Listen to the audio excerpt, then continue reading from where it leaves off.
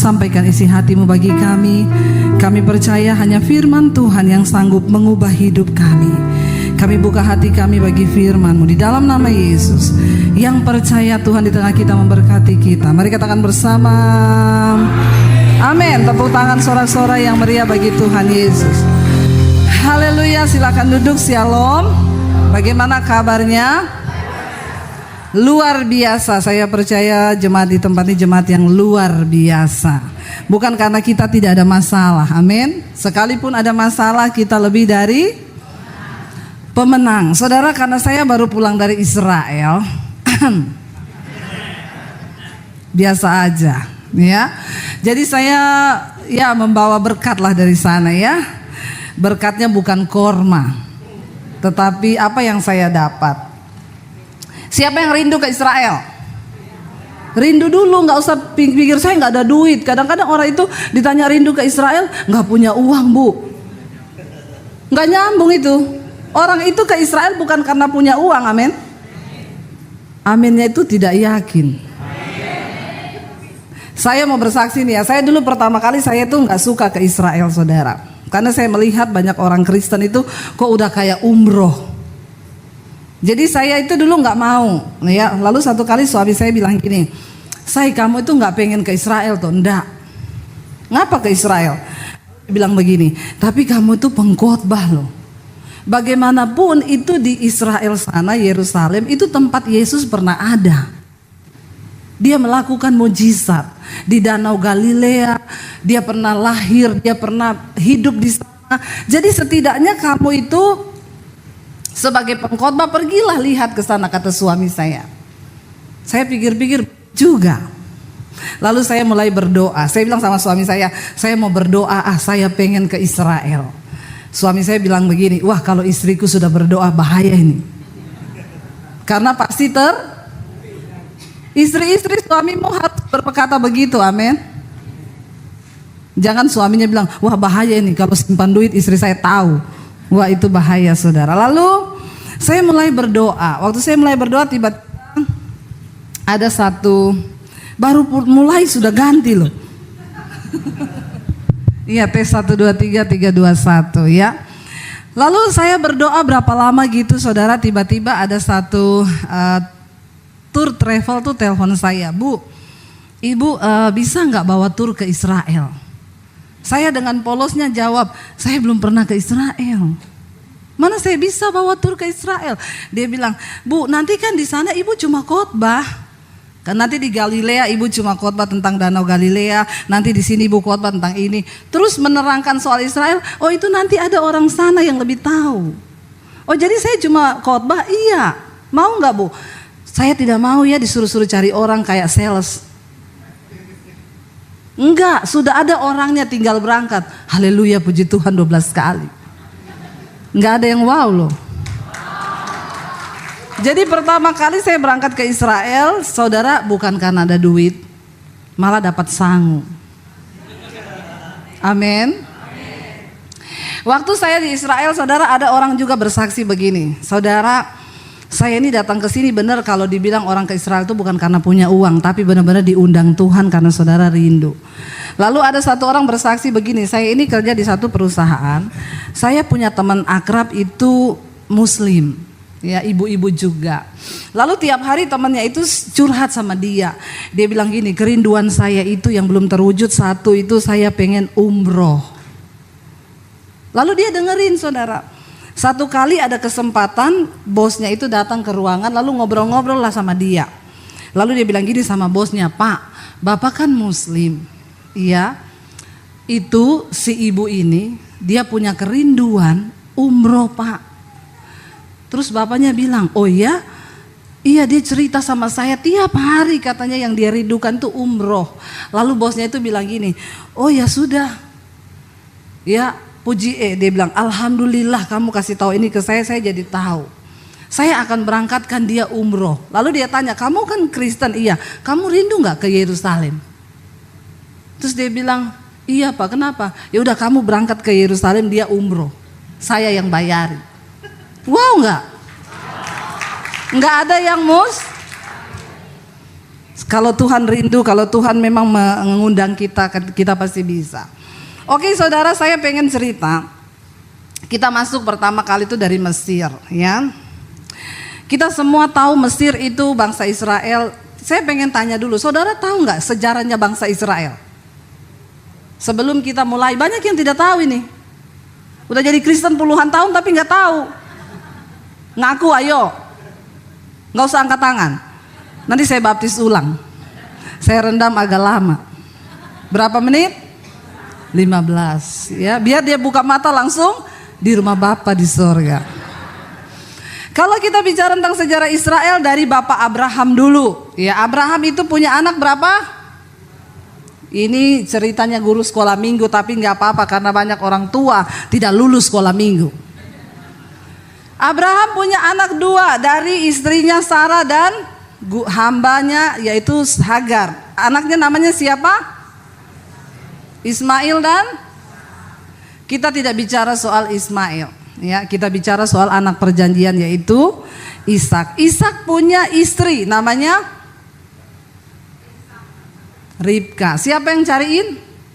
Abraham lewat hambanya Eliezer. Siapa yang kasih minum untamu perempuan itu yang akan jadi istri mantuku jadi istri anakku.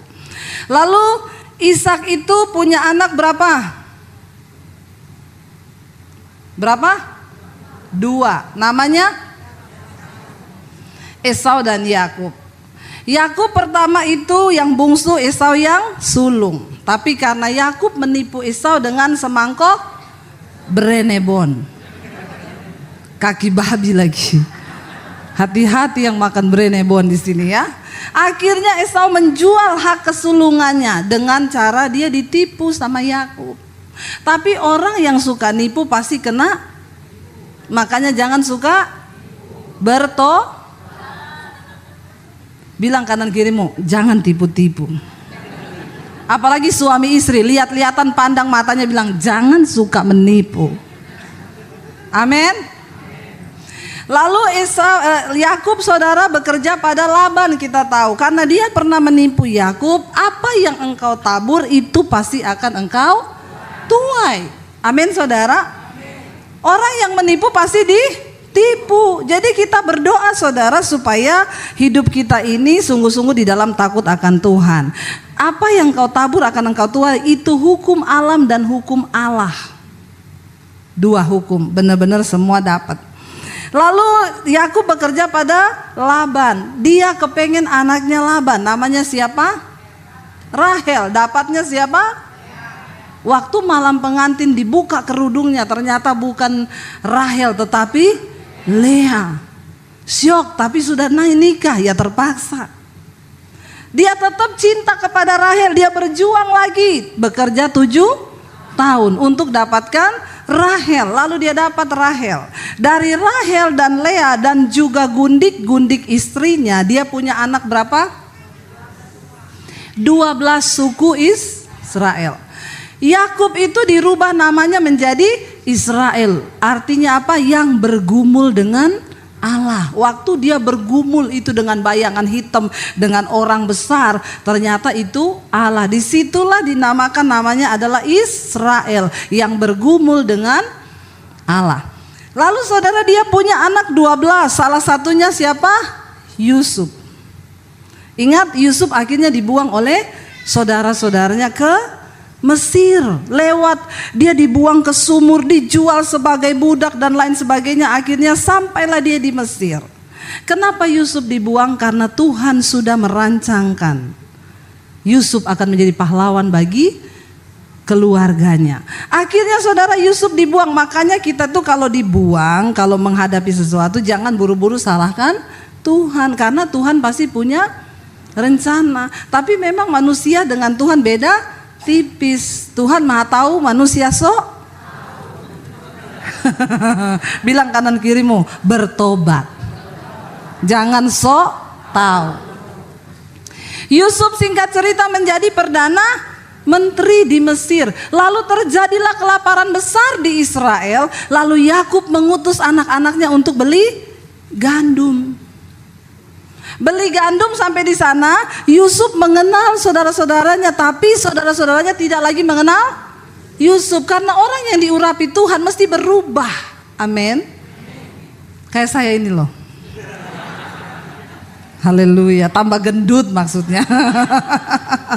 Ya, jadi saudara sudah tidak dikenal lagi. Lalu dia bilang, bawa gandum ini, tidak usah bayar. Ajak semua keluargamu pindah ke Mesir. Lalu akhirnya mereka tahu ternyata itu Yusuf. Lalu Yakub dan seluruh keturunannya pindah ke Mesir. Jumlahnya 70 sampai 75 orang. Dan semua keluarganya. Di Mesir mereka jadi orang yang diberkati Tuhan. Karena mereka hidup takut akan Tuhan. Diurapi Tuhan, mereka bekerja rajin. Lalu mereka menjadi bangsa yang besar. Diberkati lebih daripada orang.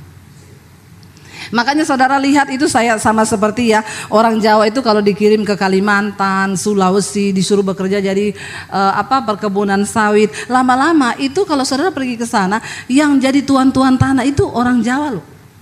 Saudara ke Sulawesi yang jualan bakso sampai jualan spray itu semua emas. Beneran? Ya. Saudara ke Kalimantan, mulai yang jual bakso, mie ayam, sampai yang jualan batik, jualan baju, sampai yang mas-mas datang ke rumah, spray, bayar harian 1.000 per hari, itu semua orang Jawa. Lalu orang yang di situ penduduk setempat miskin, gak punya apa-apa, semua tanah dimiliki oleh orang Jawa. Kenapa? Mereka rajin. Bukan karena suami saya orang Jawa.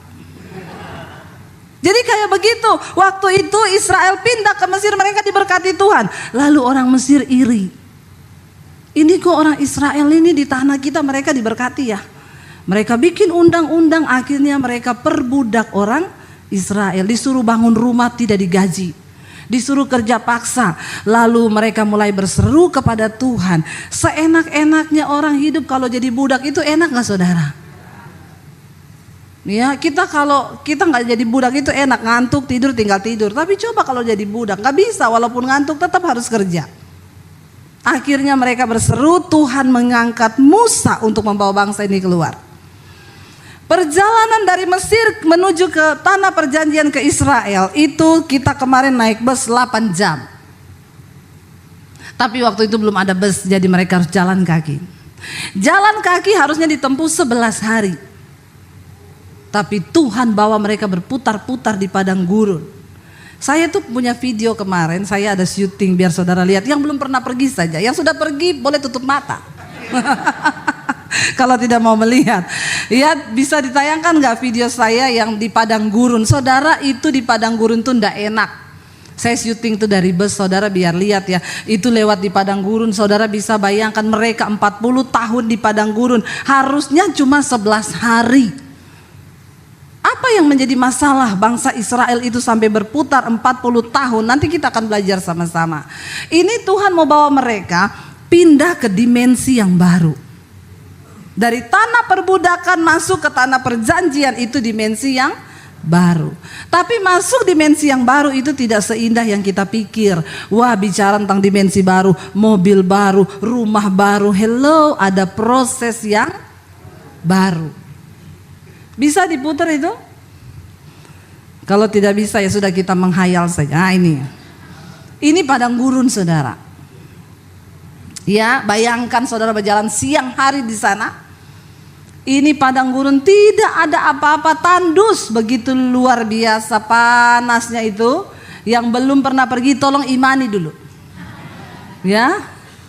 Ini saudara, padang gurun itu ya, bangsa Israel berjalan di situ 40 tahun lamanya. Harusnya cuma 11 hari. Saya aja naik bus itu bisa bayangkan panasnya. Oke, cukup. Lalu mereka dibawa keluar. Ketika dibawa keluar, coba kita buka Keluaran 14 ya. Keluaran 14. Akhirnya Fir'aun melepaskan mereka setelah melalui banyak perjuangan. Tapi itu Tuhan buat supaya bangsa Israel melihat bahwa mereka punya Tuhan yang hidup. Keluaran 14 mulai ayat yang ke-20 kita baca sama-sama saudara. 23. Ya, kita baca ayat 23. Keluaran 14 ayat 23. Coba kita baca. ya mereka sudah keluar, tapi tidak begitu saja. Baca ayat 23. 1, 2, 3. Orang Mesir mengejar dan menyusul mereka, segala kuda Fir'aun, keretanya, orangnya yang berkuda sampai ke tengah-tengah laut. Dan pada waktu itu, waktu jaga pagi, Tuhan yang di dalam tiang api dan awan itu memandang kepada tentara orang Mesir itu, lalu dikacaukannya tentara orang Mesir itu. Saudara, maaf saya pengen kita baca dari ayat ini dulu ya, sebelum itu sudah ditenggelamkan Tuhan. Kita lihat bangsa Israel.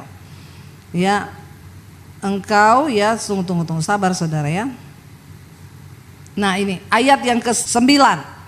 Ya, saya sengaja begini supaya saudara tidak ngantuk. Keluaran 4 ayat 9, 1, 2, 3.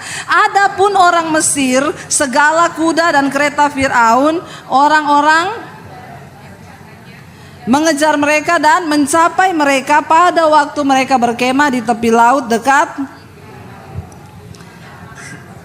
Ketika Fir'aun telah dekat, orang Israel menoleh, maka tampaklah orang Mesir bergerak menyusul mereka. Lalu sangat ketakutanlah orang Israel dan mereka berseru-seru kepada Tuhan. Ayat berikutnya. Dan mereka berkata kepada Musa, apakah karena tidak ada kuburan di Mesir, maka engkau membawa kami untuk mati di padang gurun ini? Apakah yang kau perbuat ini terhadap kami dengan membawa kami keluar dari Mesir? Ayat berikutnya, bukankah ini yang telah kami katakan kepadamu di Mesir? Janganlah mengganggu kami dan biarlah kami bekerja kepada orang Mesir, sebab lebih baik bagi kami untuk bekerja pada orang Mesir daripada mati di padang gurun. Ini bangsa Israel memang mentalnya sudah mental budak, karena sudah terlalu nyaman hidup di dalam perbudakan. Ketika mereka melihat tantangan Musa membawa mereka, lalu bangsa Israel mengejar mereka dengan selengkap tentara berkuda, mereka marah kepada Musa. Musa, ini gara-gara kamu loh. Kita gak minta kamu bawa kita keluar dari Mesir kan? Ini gara-gara kamu. Emang gara-gara di Mesir sudah tidak ada kuburan, makanya kamu bawa kami ke padang gurun ini supaya kita dimakamkan rame-rame di sini. Saudara, bangsa Israel mentalnya mereka bilang apa? Karena kita kan udah bilang sama kamu Musa waktu di Mesir, jangan kamu ganggu kami. Mending kami tetap kerja jadi budak daripada engkau bawa kami ke padang gurun ini. Mereka gak siap untuk pindah ke dimensi yang baru yang Tuhan siapkan. Saudara, sebagai orang Kristen, jangan mimpi engkau bisa melihat janji dan berkat Tuhan kalau mentalmu tidak dirubah dulu sama Tuhan. Bagi Tuhan membawa bangsa Israel keluar dari Mesir sampai ke tanah perjanjian cuma butuh waktu 11 hari. Mengeluarkan mereka dari Mesir, tapi mengeluarkan Mesir dari otak dan mental mereka butuh waktu 40 tahun. Amin. Tuhan sedang berbicara kepada kita malam hari ini. Mari kita punya mental yang merdeka, saudara. Mari jangan main-main lagi dengan Tuhan. Kita waktu-waktu ini singkat. Mari hidup di dalam kebenaran.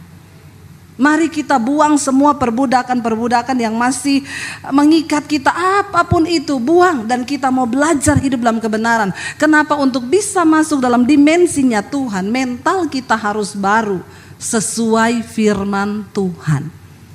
Tapi orang Kristen sekarang suka bikin ayat sendiri. Amin. Saya tuh melihat banyak orang Kristen hidupnya tidak berbahagia. Kenapa? Tidak mau menuruti firman Tuhan. Saudara bisa bayangkan ada satu bapak telepon saya gini, Bu, saya itu sama istri saya sudah tidak berbahagia berapa tahun terakhir ini. Kenapa Pak? Istri saya tidak melayani saya lagi. Dalam hal apa? Dalam segala hal. Lalu saya itu berdoa sama Tuhan, Bu, Tuhan mau dibawa kemana rumah tangga ini? Tuhan itu baik, Bu, Tuhan kirim wanita lain. Astagfirullah, subhanallah. Saudara ya, saya bilang siapa yang kirim Pak? Tuhan kirim. Kenapa Bapak bisa bilang Tuhan yang kirim? Karena kan saya lagi dalam pergumulan. Istri saya tidak ngurusi saya. Ini wanita mengurusi saya, Bu. Dan dia satu nasib dengan saya. Dia dicuekin suaminya, saya dicuekin istri saya. Dan kami sehati, serasa, sejiwa, seroh. Saya bilang sama-sama masuk neraka. Ngeri loh. Bisa ngomong Tuhan yang kirim loh. Ini kan bikin ayat sendiri saudara. Hello? Saya bilang Bapak kalau Bapak dekat sama saya baptis ulang Bapak. Saya rendam agak berapa menit? Pinter. Biar dia buka mata langsung di rumah Bapak di sorga. Lebih baik tubuhnya binasa tapi jiwanya selamat. Ada orang Tuhan kirim perempuan lain. Bapak-bapak di sini bertobat. Amin bapak-bapak. Aminnya itu ikhlas. Ya, dia bilang soalnya kan istri saya marah-marahin saya. Ini sabar bu, orangnya halus, hormat sama saya. Saya bilang itu masih iklan, masa promosi. Nanti kalau masa promosinya udah hilang, lebih galak dari istrimu. Bertobat ya bapak-bapak ya. Jangan bikin ayat sendiri. Mari kita rubah paradigma kita sesuai dengan kebenaran firman Tuhan supaya kita bisa menikmati janji Tuhan. Tapi orang Kristen zaman now, saya itu saudara sekarang udah malas kalau layani orang-orang Kristen tuh konseling ya. Saudara bisa bayangkan itu dari YouTube itu saya melayani orang-orang itu saudara. Ya satu khotbah yang komen 200, yang nonton 100.000. Itu kalau yang konseling ya seperberapa saja. Saudara bisa bayangkan itu ratusan tiap hari masuk di HP saya. Sampai HP saya error, bunyi-bunyi sendiri, ting ting ting ting ting ting ting ting ting, nggak ada apa-apa loh. Untung saya tidak error. Jadi tolong sabar kalau yang SMS belum dibalas, sabar. Semua ada waktunya. Saya tuh balas-balas SMS kalau malam mau tidur saudara. Saya balas SMS di situ. Jadi kadang kalau mau tidur malam suami saya diam, saya lagi balas SMS. Ya, dia manggil saya tidak jawab saudara. Satu kali dia SMS saya, dia WA, Ibu Debbie saya mau konseling. Saya baca dari suami saya. Saya tanya mau konseling apa pak? Istri saya mencuekin saya pak. Dia bilang istri saya mencuekin saya bu, gimana caranya? Saya bilang dibujuk pakai duit pak. Ya, jadi tolong sabar saudara. Itu yang saya balas ratusan orang setiap hari. Tapi saya itu senang kalau dapat orang yang konseling, ibu saya mau mengejar perkenanan Tuhan, ibu saya mau berkenan, itu enak balasnya. Tapi kalau dapat yang Kristen yang sudah bongkotan berakar dan masih hidup kayak bangsa Israel, aduh itu merubah mentalnya itu udah gak bisa. Ibu saya minta bercerai saja, saya sudah tidak tahan bu. Coba kalau ibu jadi saya, gak mau saya. Dia balas begitu saudara. Coba kalau ibu jadi saya, gak mau lah, saya bukan kamu. Kamu yang nikah-nikah sendiri. Ada lagi Ibu Debbie, tolong ya, suami saya pemabok, penjudi, tukang pukul, komplit banget suaminya bu. Dapatnya di mana dulu? Udah gitu dia tidak mau bertobat, saya minta ibu doakan suami saya. Saya bilang itu suamimu bukan suami saya. Jangan suruh saya berdoa buat suami saudara, amin. Enak aja lu, yang kawin siapa, yang doakan siapa? Ini orang Kristen yang salah jalan ini. Saya bilang suami saya aja jarang saya doakan, karena dia sudah bisa berdoa sendiri. Jangan suruh pendeta berdoa buat suamimu. Tidak ada doa yang lebih mujarab bagi seorang suami selain doa amin ibu-ibu. Jadi berhentilah suruh pendeta berdoa buat suamimu, amin. Berdoa bagi suamimu sendiri. Lalu bangsa Israel itu saudara marah sama Musa. Mereka mengelut, kenapa kamu bawa kami keluar? Kami lebih senang di sana, makan enak walaupun kami budak. Banyak orang Kristen hidup begini, yang penting aman aja, udah. Saudara, Tuhan mau bawa kita ke level yang lebih tinggi.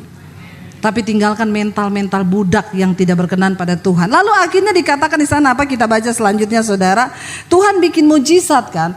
Saudara, kalau kita itu ke Israel sana yang saya bilang kemarin, kita melalui padang gurun. Setelah lewat padang gurun itu, kita akan melewati yang namanya terowongan itu, terusan Suez. Itu jaraknya cuma 2 kilo, tapi kita masuk di bawah laut. Itu terusan yang menghubungkan dua benua.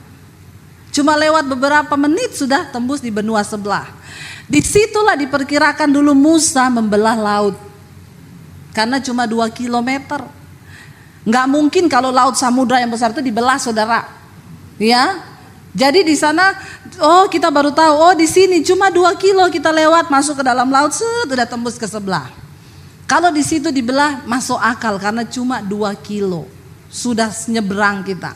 Lalu mereka akhirnya kita tahu ceritanya ketika Musa menyeberang, lalu bangsa Israel itu menyeberang, lalu orang Mesir masuk, kita tahu Tuhan mengacaukan, lalu akhirnya airnya tertutup, bangsa Israel lolos, lalu bangsa Mesir tenggelam.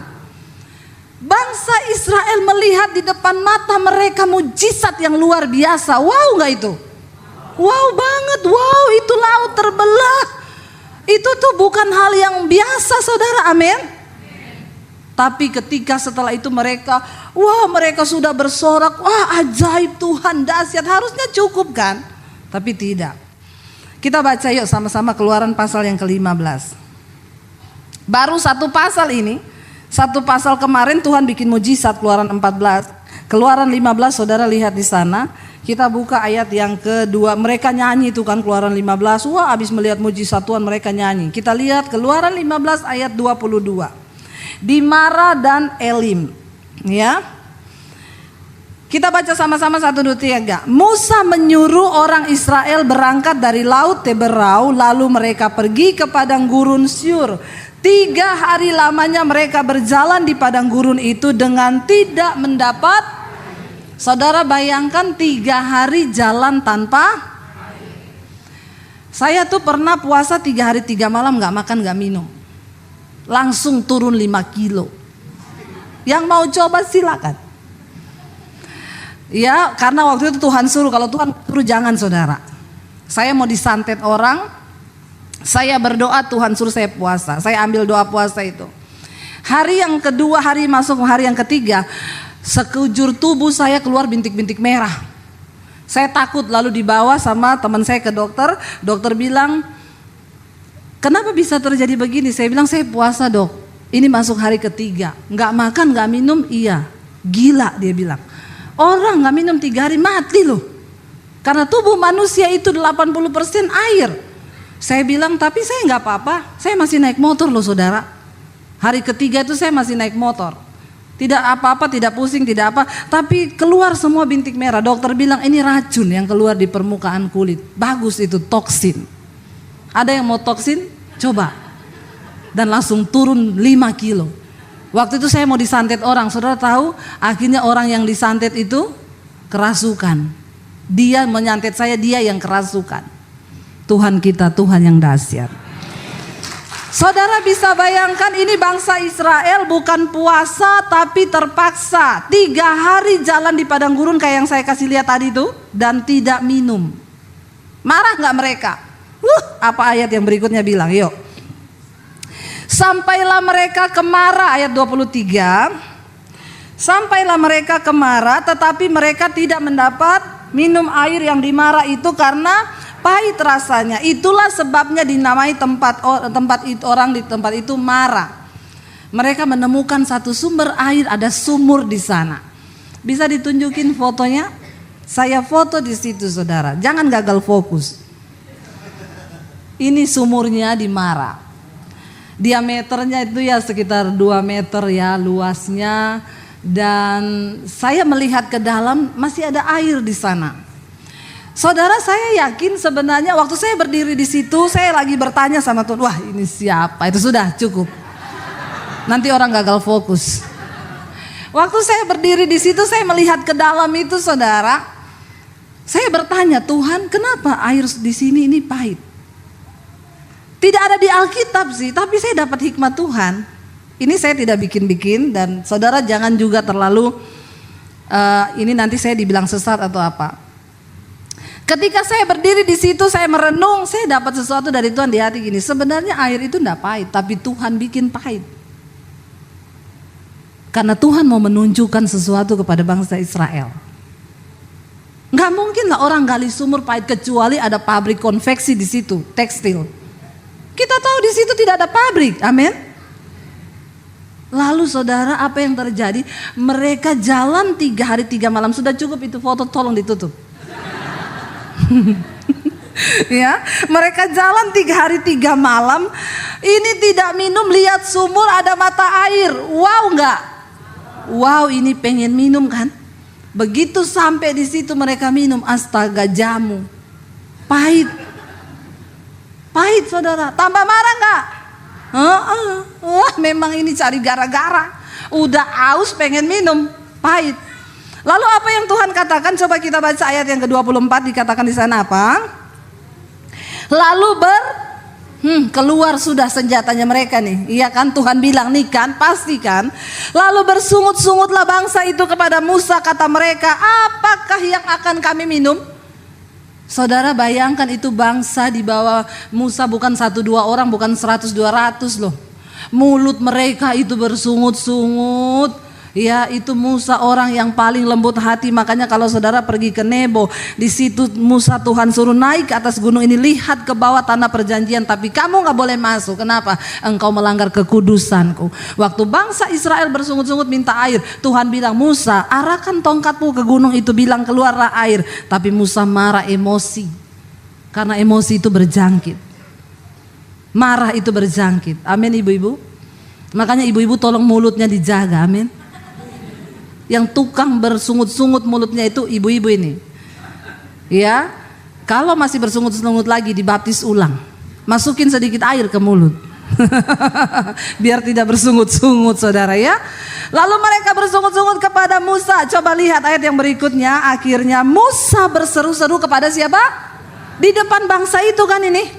Mereka melihat lagi kan, Tuhan izinkan semua itu terjadi. Dan Tuhan menunjukkan kepadanya sepotong kayu. Lalu Musa melemparkan kayu itu ke dalam air. Lalu air itu menjadi es teh. Wow, enggak saudara, jalan 3 hari 3 malam haus mau minum enggak bisa, pahit, dirubah jadi es teh. Tuhan tahu bangsa itu butuh gula sedikit. Kenapa? Untuk supaya tambah energi. Mau jalan 40 tahun. Saudara, seringkali Tuhan mengizinkan yang pahit itu datang dalam hidup kita. Jangan cuma suka yang kebanyakan manis jadi tuh pinter semua. Jangan jadi diabetes. Sering kali Tuhan izinkan yang pahit dalam hidup kita. Kenapa saudara? Coba kita buka Yesaya.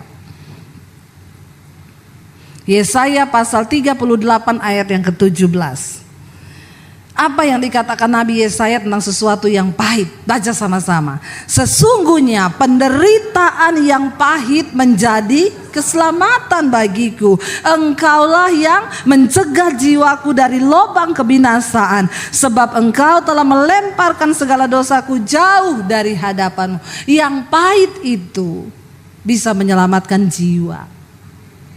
Kalau hari ini engkau sedang menghadapi yang pahit-pahit di hidupmu, jangan buru-buru salahkan orang. Jangan buru-buru salahkan suamimu. Jangan buru-buru salahkan anakmu. Jangan buru-buru salahkan Tuhan. Tapi tanya, Tuhan apa maksudmu dari yang pahit ini? Kenapa? Tuhan sanggup mengubahnya menjadi manis. Amin. Suamimu sanggup dirubah Tuhan. Saya kemarin pelayaran di Surabaya. Ada ibu-ibu datang, Ibu Debbie, saya selalu nonton khotbah-khotbah ibu. Puji Tuhan saya dapat kekuatan. Ibu tahu benar bu, 10 tahun saya bergumul buat suami saya. 10 tahun saudara, ya orang cicil mobil sudah 2 kali lunas itu. Dia bergumul untuk suaminya. Tapi ibu-ibu zaman now banyak yang nggak mau bu, enak aja. Ya, buat apa saya bergumul buat dia? Jahat suami saya. Kalau bukan engkau yang bergumul untuk suamimu, siapa yang bergumul buat dia? Amin ibu-ibu. Tolong ubah cara pandangmu. Tuhan seringkali mengubah sesuatu menjadi pahit supaya imanmu dilatih. Kenapa orang kalau sudah terbiasa pahit, rasain manis dikit udah bersyukur puji Tuhan haleluya 12 kali.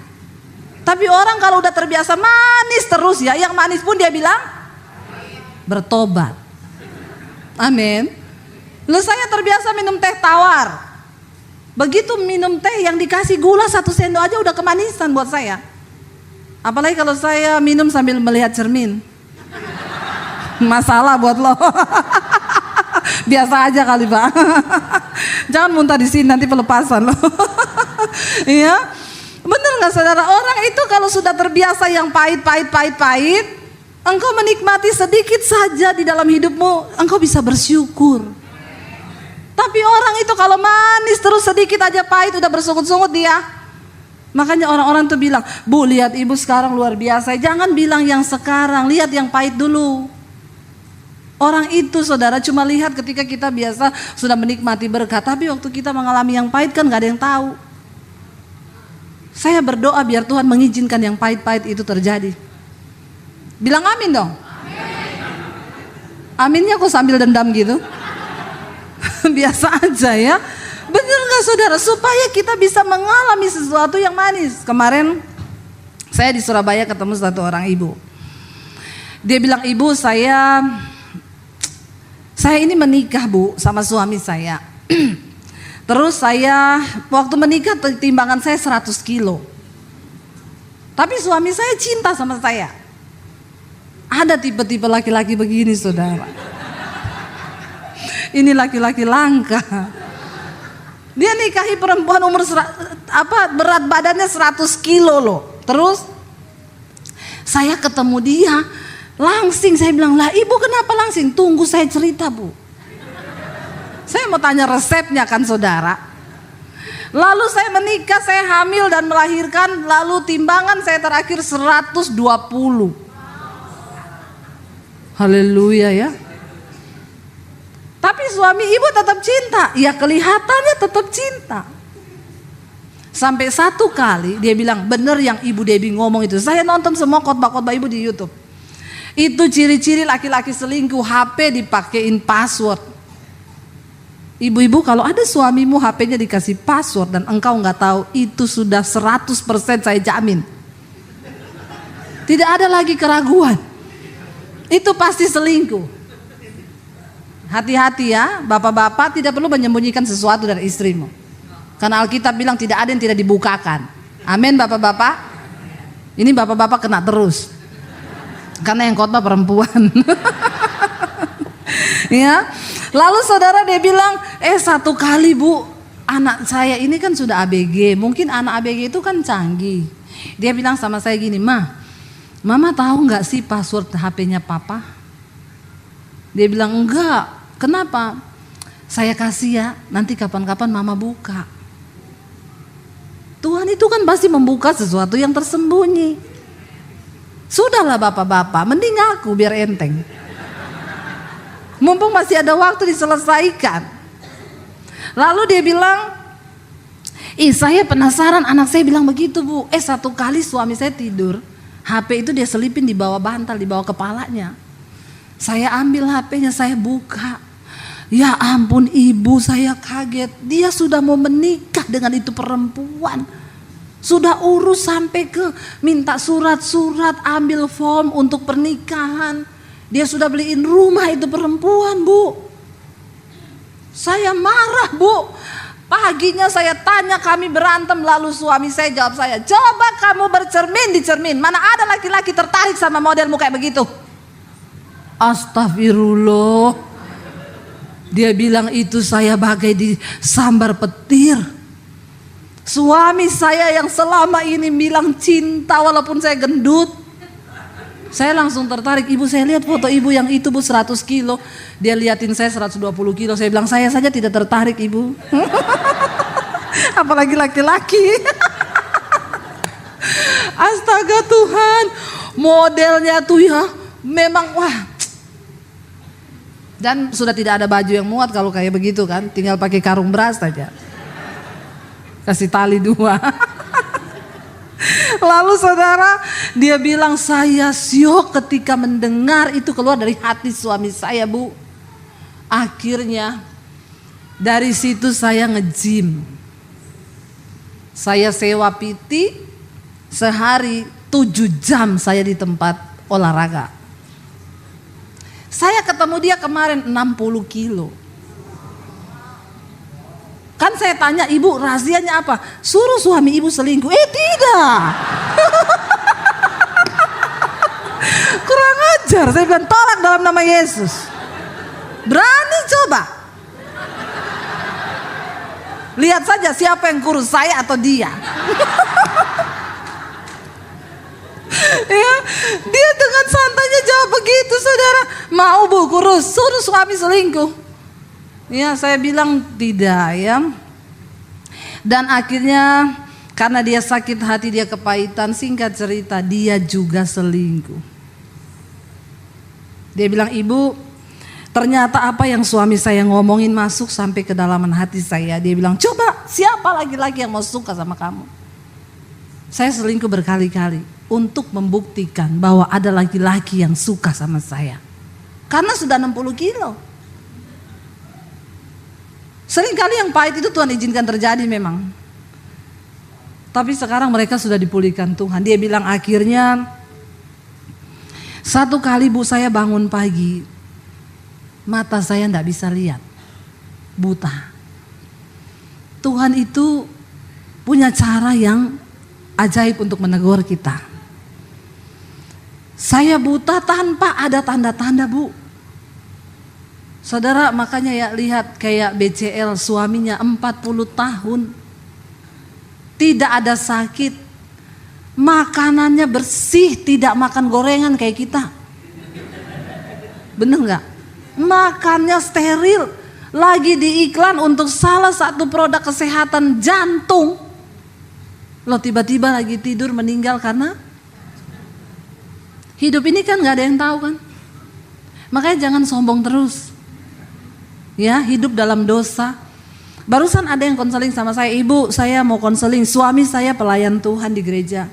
Saya punya 2 anak, dia selingkuh gonta-ganti sama perempuan. Perempuan itu hamil disuruh gugurin. Saya stres bu, saya bilang sama dia, kamu itu pelayan Tuhan, kamu gak takut? Enggak, saya dikeluarin dari gereja juga siap. Dia tanya, apa yang harus saya doakan buat dia ibu? Doa begini bu, saya tulis dengan huruf besar, Tuhan hajar suami saya. Loh memang benar, kita udah gak ada cara lain kan. Hajar suamiku Tuhan, supaya dia bertobat. Entah bagaimanapun caranya. Ada orang yang nanti sudah di ranjang ICU, baru bertobat ada. Ada saudara, model begitu tuh ada. Ya, kalau sudah di ICU baru tobat, makanya Tuhan harus izinkan di ranjang ICU, habis itu lewat, tapi sempat bertobat.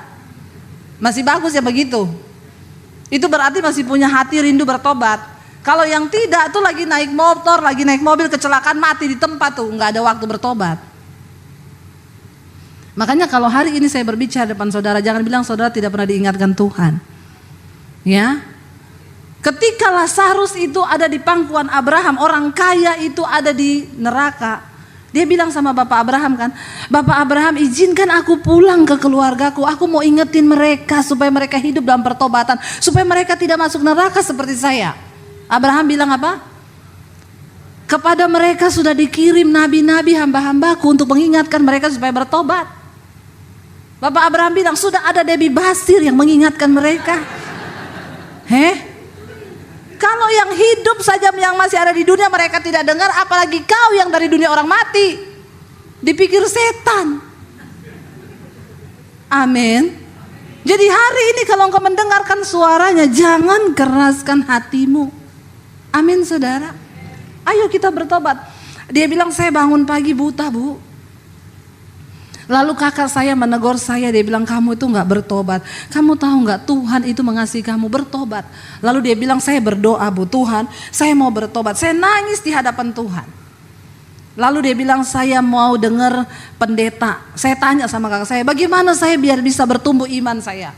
Kakaknya bilang cari tuh di YouTube pendeta-pendeta yang khotbah. Saya berdoa Tuhan tunjukkan pendeta yang bisa membuat iman saya bertumbuh. Pertama kali yang saya dengar itu ibu. Ini bukan promosi.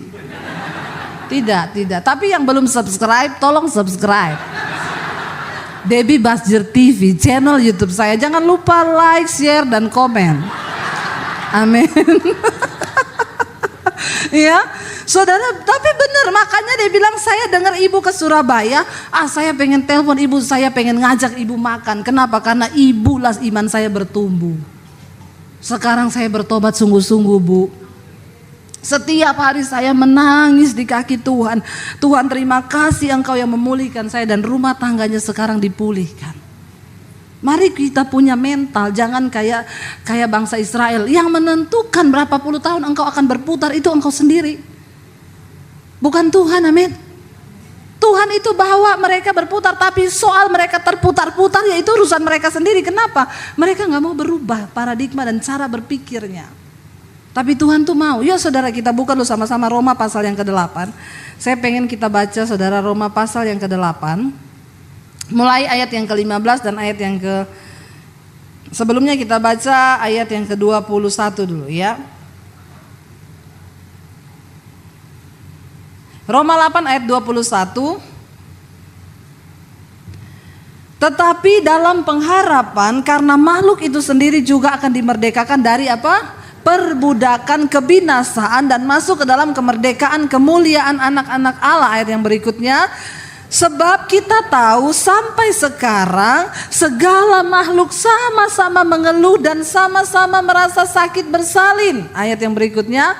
Dan bukan hanya mereka saja, tetapi kita yang telah menerima karunia sulung roh, kita juga mengeluh dalam hati kita sambil menantikan pengangkatan sebagai anak, yaitu pembebasan tubuh kita. Saya mau bilang saudara, penggambaran bangsa Israel itu gambaran kita. Tuhan menjanjikan satu tanah perjanjian bagi kita semua. Saya pengen putar coba video yang masuk tanah perjanjian. Tadi saya sudah setel video yang kita di padang gurun Mesir lalu masuk ke tanah perjanjian. Tuhan menyediakan bagi kita, lihat Israel saudara. Wow, ini bukan padi saudara. Ini bukan sawah, ini gandum. Wow, hijau sekali itu ya. Lihat itu ada alpukat, mangga, pisang, jeruk. Ini Israel. Dari padang pasir yang kayak begitu tadi masuk ke tanah perjanjian yang penuh susu dan madu berlimpah-limpah. Itu kacang almond saudara. Ya. Ini Israel. Wow saudara ya. Gandum yang menghijau. Sudah cukup sampai di situ biar mereka penasaran. Biar mereka rindu pergi ke sana. Saudara, saya foto ada kembang kayak sakura. Saya foto di situ, saya bilang, fotoin dong sakura ya. Tour guide-nya bilang, bukan ibu, itu kacang almond. Ternyata itu kacang almond. Nggak usah ketawain saya, saudara juga belum pernah lihat kan? Saya kasih tahu supaya saudara tahu. Nggak usah mengejek saya. Emang saudara juga udah tahu tuh pohonnya kacang almond, saya aja baru kaget. Itu bunga semua kayak sakura. Saya bilang, ini sakura ya? Dia bilang, hello, abu nih sakura di Jepang. Oh, persis ini buah almond. Dia bilang kacang almond itu berbuah subur saudara. Israel itu tanah yang diberkati. Bagaimana saudara nggak kepengen sih yang dari gurun tadi begitu masuk ke negeri yang begitu, mau nggak? Tapi harus dirubah mentalnya.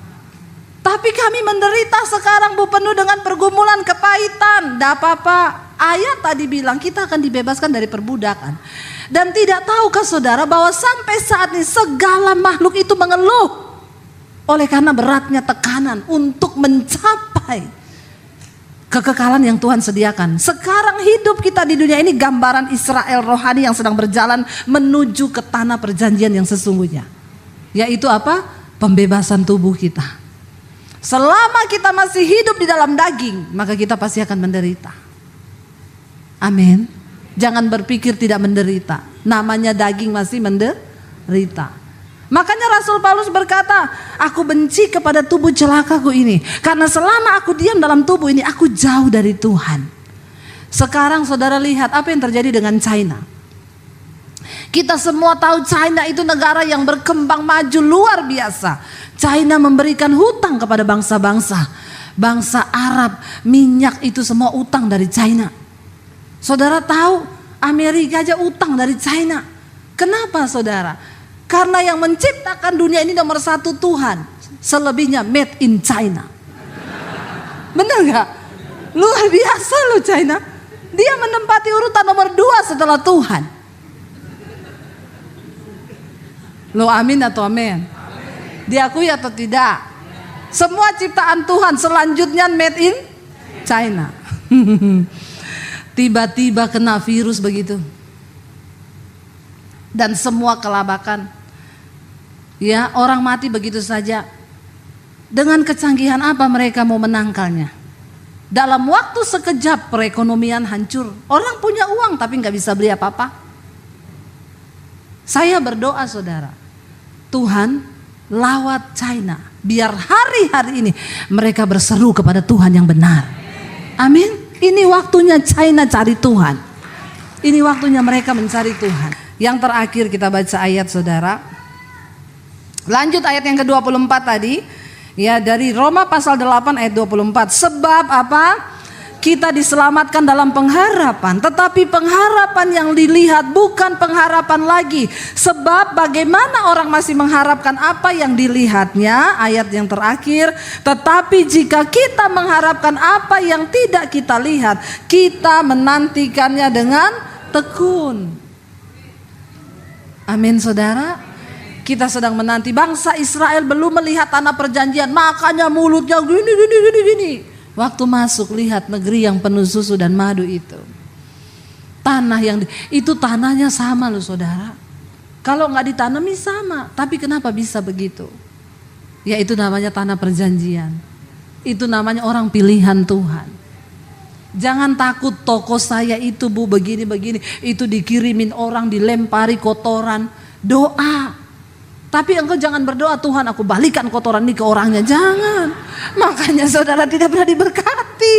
Ya, lepaskan berkat. Aku memberkati orang yang melemparnya. Tuhan berkati supaya dia bertobat. Amin. Ibu-ibu kalau suamimu masih pahit, berdoa, Tuhan aku melepaskan pengampunan buat suamiku. Ya, jangan dikasih sianida. Ya, saya bilang ibu berdoa buat suamimu. Jangan kau racuni suamimu. Iya Bu Dewi, saya berdoa tiap hari Tuhan cabut nyawanya. Jangan, doa yang salah tidak didengar Tuhan. Kita berdoa supaya Tuhan rubah yang pahit jadi manis. Yang terakhir, benar-benar terakhir. Roma 8 ayat 15-16. Saya sengaja bilang terakhir terus supaya saudara itu masih ada pengharapan. Oh terakhir gitu ya. Yuk baca sama-sama, ini benar-benar terakhir. 1, 2, 3. Sebab kamu tidak menerima roh perbudakan yang membuat kamu menjadi takut lagi. Tetapi kamu telah menerima roh yang menjadikan kamu anak Allah. Oleh roh itu kita berseru, ya Aba, ya Bapa. Ayat 16. Roh itu bersaksi bersama-sama dengan roh kita bahwa kita adalah. Dan jika kita ayat 17, dan jika kita adalah anak, maka kita juga adalah ahli waris. Maksudnya orang-orang yang berhak menerima janji-janji Allah, yang akan menerimanya bersama-sama dengan Kristus, yaitu jika kita menderita bersama-sama dengan, supaya kita juga tidak ada jalan pintas menuju tanah perjanjian. Kita akan menerima segala sesuatu itu. Di sana dikatakan kita akan dimuliakan bersama-sama dengan Kristus, yaitu jika kita mau menderita bersama-sama dengan Dia.